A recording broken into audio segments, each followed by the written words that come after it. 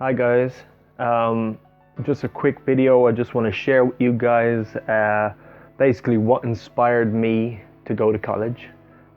I started listening to motivational videos and motivational speeches, and the one that actually got me was a speech by Les Brown. Now he may have quoted it from somebody else, but I'm going to quote it from him, and it's really empowering, and I'm going to try and read it the way that he intended it to be read or said. And like I say, guys, this is the one that really got to me. So if you just care to bear with me for a few seconds or a few moments and just really take in these words, okay, because they do mean a lot. All right, here goes. So imagine, if you will, being on your deathbed, and standing around you, around your bed, are the ghosts, the ideas, the abilities, the talents given to you by life.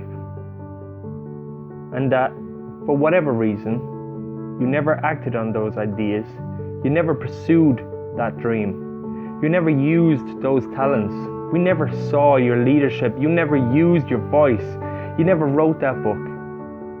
And there they are, standing around your bed, looking at you with large, angry eyes, saying, "We came to you, and only you could have given us life. And now we must die with you forever." And the question is, if you die today, what ideas, what dreams, what abilities, what talents, what gifts would die with you? So, as I said, that was by Les Brown. I'm gonna add in my own little thing there at the end. Like it's very inspiring words, absolutely. But my own pondering led me to, I was okay. Let me start at the start. I was always very much into computers, and it was just a thing that I liked to do. It wasn't my passion, but it definitely was a hobby for me. And the more I got into them, the more I understood them. And, I don't understand them on a high level, but I understand enough to get me by. But I like to see different things used metaphorically. So, for example, a computer. This is our computer, and we all have it. It's all got empty storage from day one, and it's got unlimited storage. Now, taking care of that computer, i.e. your brain, you can use that for whatever you want to do. Good, bad, whatever. Bad is not a good idea, but definitely use it for good. I'm not going to give you that speech, but what I noticed is that everything around us, the bed I'm sitting on, the lamp behind me here, the phone that I'm talking out, the microphone that I'm speaking into, the light that's shining on my face, every single one of these things in this world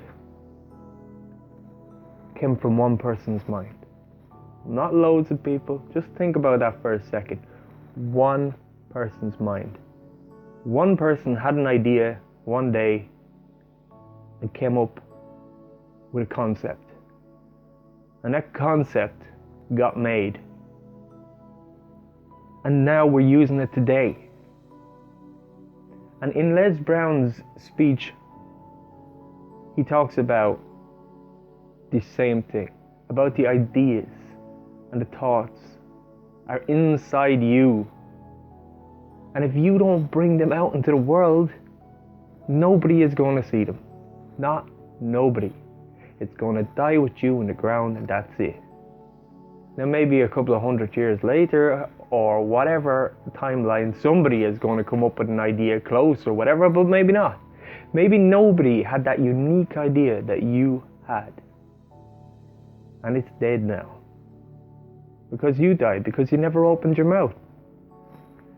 You know? So many things. Like, people will tell you that the most expensive place in the world, it's the graveyard.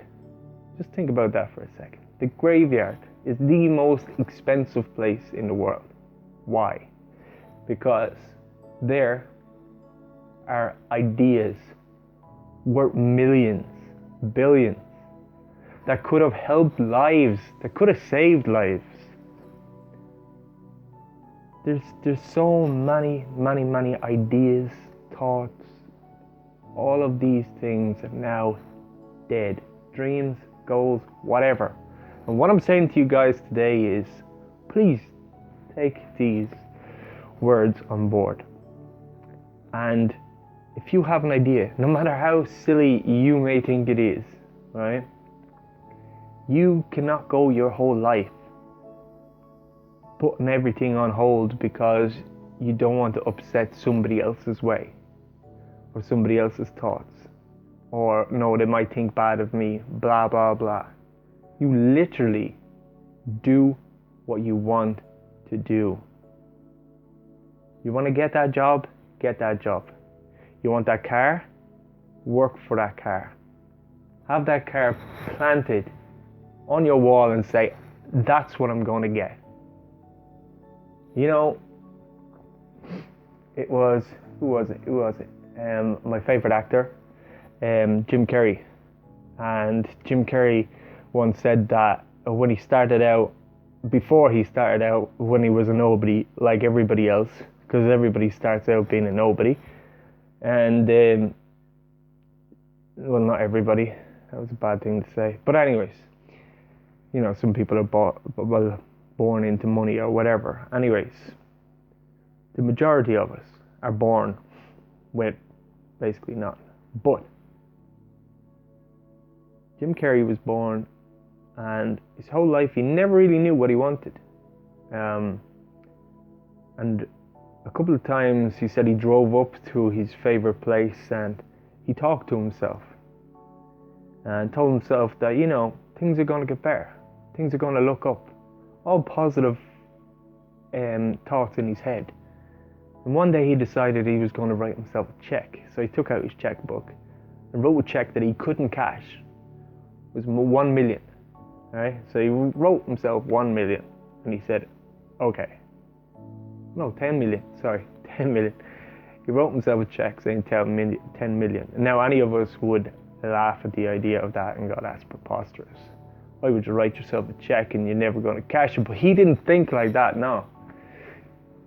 He wrote the check and folded it and put it in his wallet.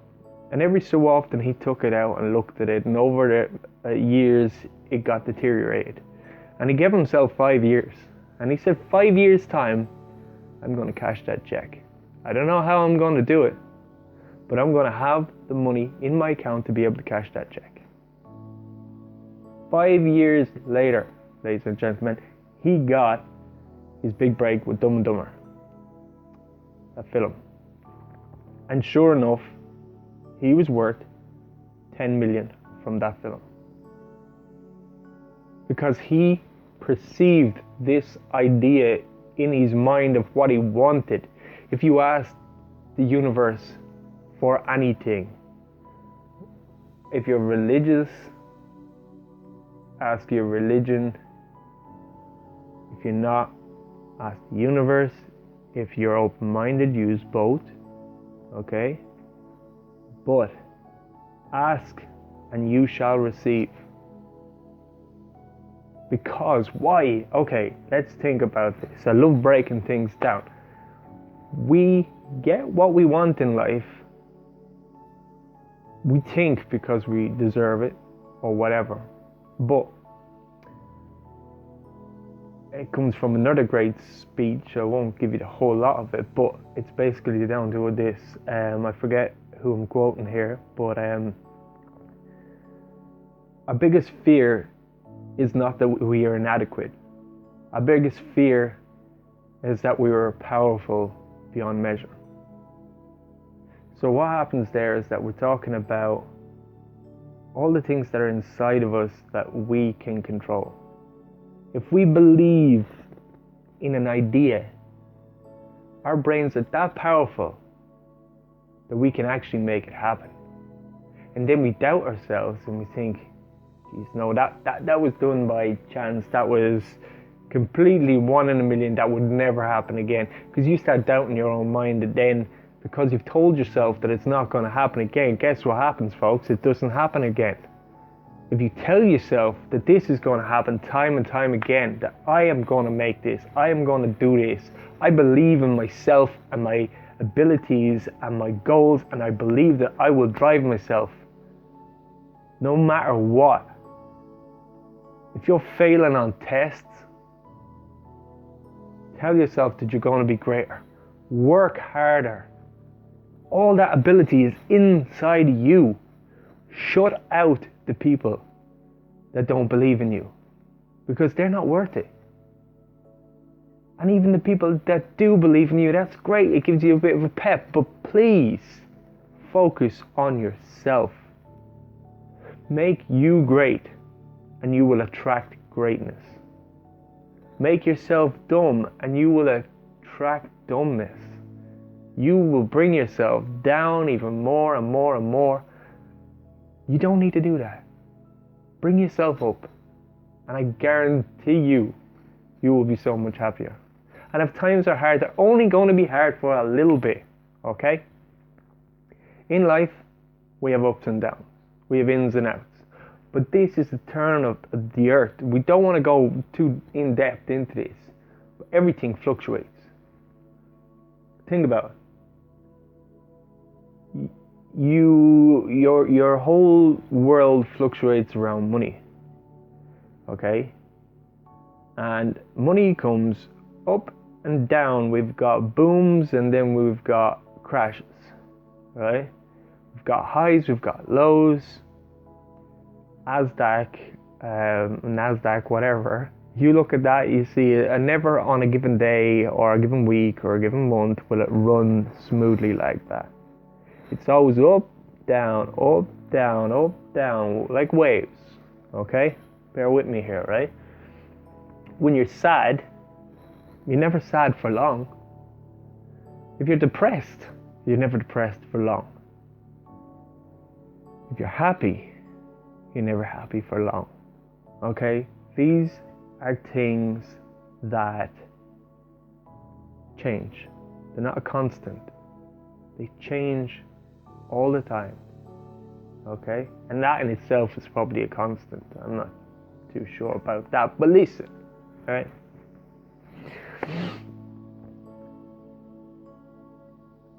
If you were happy all the time, that would be so freaking annoying.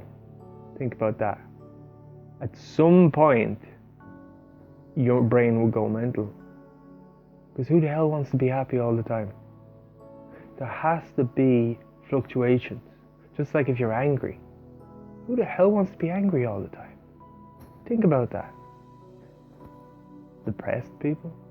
Jeez, can you imagine being depressed all the time? It's exhausting. Sometimes you just gotta be willing to let things go because it's your mental health that's on the line. Anyways, that's my 2 cents worth. Thanks for watching, guys. I hope you watched to the end. If not, don't worry. But if you did, thank you. I appreciate it. And if you want to maybe talk about anything that I've said or I haven't said, put it in the comments below. If you want to make fun of the way I do things, that's fine. Hey, there's haters everywhere, you know. I'm not bothered about it. I'm a positive person. So you give me some shit, I'm just going to be like, yo, whatever. Yeah? So, but if you want to be a good person, hey, please leave a nice comment down below. It means a lot. On that note, thank you, and I'll see you again.